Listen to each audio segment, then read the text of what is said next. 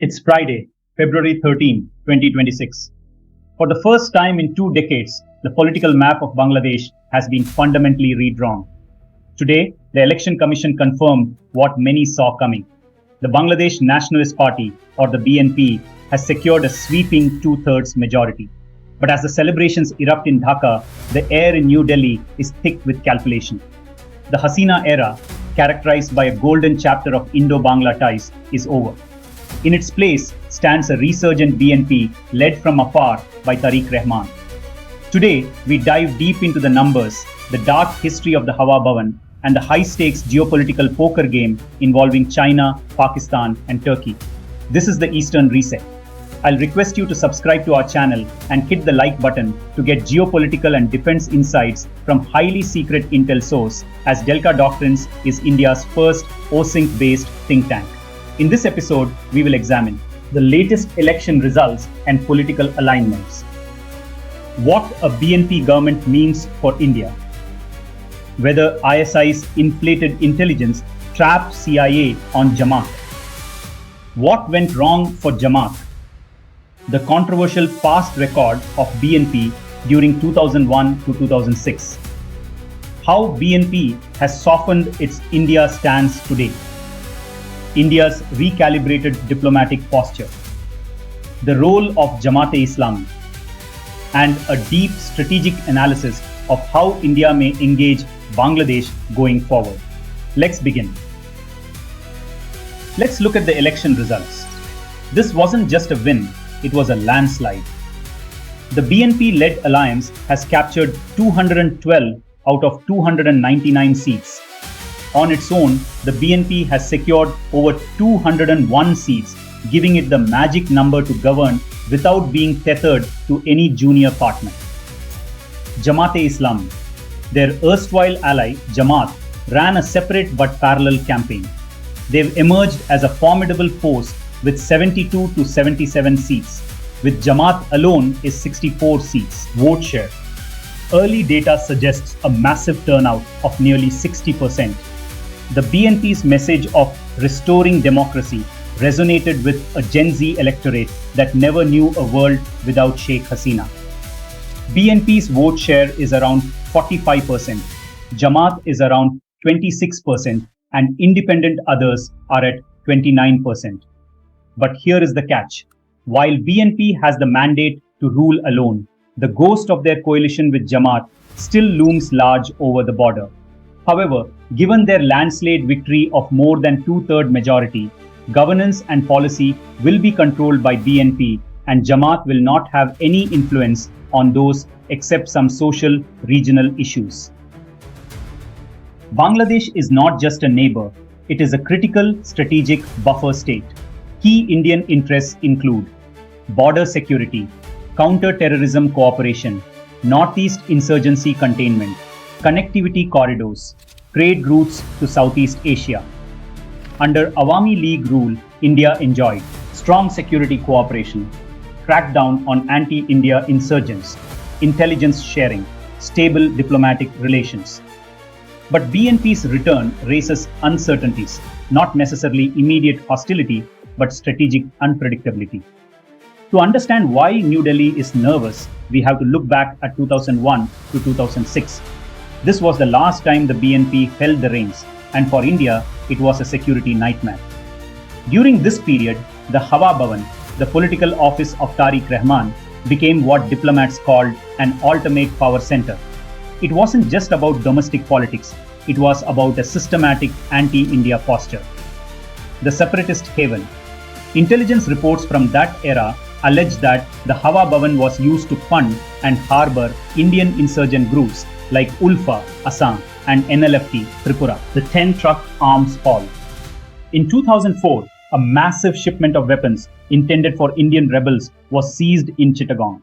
Subsequent trials linked this directly to the high command of the then BNP government. The extremist surge. It was a time when groups like JMB gained ground, and the state was often accused of looking the other way, or worse, providing patronage. For India, the BNP wasn't just a neighbor, it was a landlord for India's enemies. Fast forward to 2026. Is this the same BNP? Their latest manifesto suggests a recalibration. The BNP has been careful. They've moved from boycott India slogans to a language of functional cooperation. Their manifesto focuses on water sharing, a firm but diplomatic push for the Teesta Treaty, border killings, a promise to end civilian fatalities at the fence, sovereignty. They argue for a relationship based on mutual respect rather than client-state dynamics. Tarique Rahman, the man India once labelled the Dark Prince, has spent years in London. Analysts suggest he's learned that you can't run a stable Bangladesh while being at war with your largest neighbor. India has also quietly adjusted its approach. Unlike earlier periods, New Delhi has maintained open diplomatic channels with BNP leadership, avoided overt political alignment with any single party, increased back-channel engagement. India understands a key strategic truth. Bangladesh politics is cyclical. It cannot afford to be seen as partisan. India anticipated BNP's rise and moved quickly. Prime Minister of India congratulated Tarique Rahman promptly, pledged support for a democratic and progressive Bangladesh. Despite BNP demanding Sheikh Hasina's extradition, India prioritized economic incentives, border dialogue, strategic stability over past tensions. Here is where the deep state thinkers in Delhi get a headache. We are seeing the emergence of a China, Pakistan, Bangladesh, Turkey axis. China offers the checkbook diplomacy that a cash-strapped BNP needs for infrastructure. Pakistan provides a shared ideological and historical friction with India, makes Islamabad a natural, if controversial, friend for a BNP-led Dhaka. Turkey is providing a neo-Ottoman Islamic leadership model that appeals to the BNP's conservative base. The question: will Bangladesh become the third point in a triangle meant to hem India in? If Dhaka pivots too hard toward Beijing for submarines or Islamabad for defense ties, India's chicken's neck corridor becomes strategically vulnerable. US position and posture is important here. It looks like they are comfortable in aligning with BNP. Though they've shown some coziness to Jamaat because of ISI providing overinflated intelligence related to Jamat and US was trapped. Right now, US will play the economic leverage with Bangladesh to push damp China's influence in this region, and that will be good news for India. US historically seen Bangladesh as India's buffer state and didn't interfere in past. But since US was losing military base in Diego Garcia, they started influencing Bangladesh politics with the help of Pakistan ISI. However, since now Mauritius has shown their intent to US to continue with the Diego Garcia military base, US influence in Bangladesh will only be thought pushing China back and not interfering diplomatically or militarily embarrassing India. Jamaat underpinned their hope on Pakistan's money and Islamist anti-India narrative. Pakistan created the cricket diplomacy disaster with India to provide Jamaat additional political equity before the election, but that also failed apart. So what is the real reason of Jamaat's failure to achieve the expectation? Let's see the voter groups in Bangladesh. Rural Muslim poor, 40 to 45%. These are swing votes spread across Awami League, BNP and Jamaat. Urban lower middle class, 18 to 22%. Originally Awami League, but shifted towards BNP post-corruption. Islamist conservative voters, 12 to 15%. Predominantly Jamaat, Hindu minority, 8 to 10%.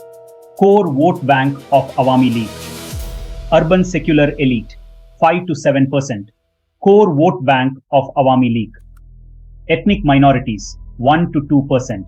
Core vote bank of Awami League. Now what has happened against Jamaat? According to me, these are core reasons for their loss. 1. Unable to convert rural Muslim poor as expected, went mostly towards BNP. 2. Women's voter from urban voted for BNP due to Jamaat's chief comment, working women are prostitutes. 3. Awami League vote transfer happened almost 50% towards BNP, which Jamaat didn't expect. 4. Independents and other vote share is around 29%, up from 2% last election. This is because the rest of Awami League vote bank who didn't voted to BNP has voted for Awami League supported independent candidates. And this is the key and the most important reason. Same thing, I have predicted last 2 points in my previous video of Bangladesh election analysis 6 weeks back. Despite BNP's strong mandate, analysts question, could Jamaat-e-Islami exert disproportionate influence? The answer is nuanced. Politically, BNP does not need Jamaat numerically, but ideologically, Jamaat retains grassroots networks and mobilization capacity. Therefore, Jamaat may influence domestic social policy, political rhetoric, foreign policy positioning toward Islamic blocs, but not core governance and foreign policy decisions. If the BNP is smart, they will use this mandate to keep the extremists at arm's length to gain international legitimacy. If they don't, they risk being sanctioned by the West and shunned by India. It is totally depends upon how India manages Sheikh Hasina extradition request from Bangladesh new government. Bangladesh will send a formal extradition request to India as BNP's political equity and democratically legitimacy will depends upon how they manages Sheikh Hasina extradition. India, based on my knowledge on foreign policy and posture, will play long and strategic navigating a diplomatic tightrope. India's trust among Awami League vote bank and minority vote bank will depend upon how India handles Sheikh Hasina. So near-term relationship between the two countries will depend upon diplomatic and geopolitical postures the two countries take. In mid and long term, what will be India's move? The all eggs in one basket policy with the Awami League is dead. India's new strategy is cold pragmatism. Security first. India will likely offer a grand bargain. We won't interfere in your politics if you ensure not a single insurgent uses your soil. 2. Connectivity as leverage. India holds the keys to Bangladesh's transit and energy. Expect Delhi to use these economic lifelines to keep Dhaka's geopolitical ambitions in check. 3. The minority shield.